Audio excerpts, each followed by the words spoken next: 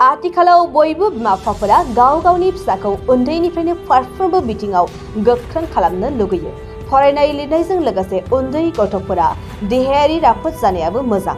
माखासे हाबा मावनाय आरो आदार जाहोनायजोंबो गथ'फोरनि साननाय हनाय, मेलेम आरो देहाखौ गोख्रों खालामनो हायो। बेखौनो जोंनि खौरांनि गेजेरजों नोंथांमोननो मिथिहोनो लुगैदों दि जे उन्दै गथ'खौ माबोरै उन्दैनिफ्रायनो फारफ्रोमबो बिथिङाव गोख्रों खालामनो हायो। गिबियावनो उन्दैफोरनि साननो हानाय गोहो आरो देहायारि गोहोखौ नायग्रोनानै लानाया गाहाम। उन्दै गथ'फोरखौ सानफ्रोमबो गोजोन आरो खुसियै लाखिनांगोन। उन्दै गथ'सानि लोमजानायखौ गथ'सानो माब्लाबाबो फोरमायनो नाङा। बेबायदिनो देहाखौ राफोदै लाखिनोब्ला नोंथाङा गथ'सानो उन्दुनायनि मोनसे सम खाना होनांगोन। गासै उन्दै गथ'साफोरा हरनि समाव 10 घन्टा उन्दुनाया गोनांथार। माखासे बिथिङाव उन्दुनायाबो मानसिनि राफोद देहा खालामनायाव जोबोद हेफाजाब होयो। उन्दुनाया देहानि मेटाबलिज्मखौ बांहोयो। उन्दै गथ'फोरनो फिथाइ सामथाइ आरो अर्गेनिक मैगं-थाइगं जाहोनांगोन। लोगोसे ब्रेड, पास्ता, नुडल, जुखाम, गाइखेर बायदि मोजां जाग्राफोर लोगोसे प्रटिन गोनां जाग्रा एबा ना बेदरफोरखौ जाहोनांगौ।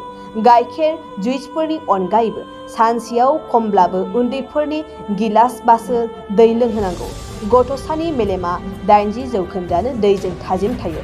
गथ'साफोरखौ सिगारेट सोबनायनि उखुन्दै आरो फेग्रा मुवाफोरनि गाज्रि मोनामनायनिफ्राय जानगाराव दोननांगौ।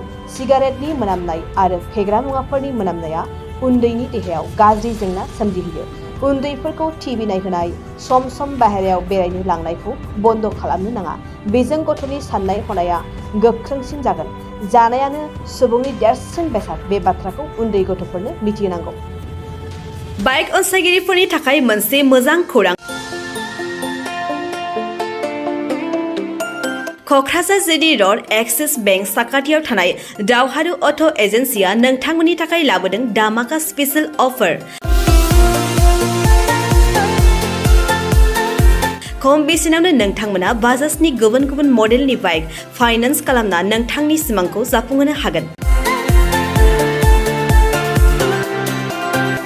13,800 रांनिफ्राय जागायना 19,500 रांजों नोंथाङा बाजाजनि गुबुन गुबुन मडेलनि बाइक जेरै प्लाटिना, पालसार बायदि गुबुन गुबुन मडेलनि बाइक लानो हागोन। बाइकजों लोगोसे बेसेन होनाङालासे मोनफागोन गंसे हेलमेट। बाइगिरि बिथांमोना गोरलै राहाजों बाजाजनि फाइनान्स लिमिटेड नङाबा एक्सिस बेंक लिमिटेडआव फाइनान्स खालामनो हागोन। गोबांथार फोरमानलाइफोर गथायनो गोनांथि गैया। खालि फट' गांसे, पेन कार्ड, आधार कार्ड, भटार आइडि आरो सोलिबाय थानाय मोब्लिबनि बिल होयोब्लानो बे सुबिदाखौ लानो हागोन। गोबां मिथिनो थाखाय 8473883986 03661270550 9957644326 आव फन खालाम।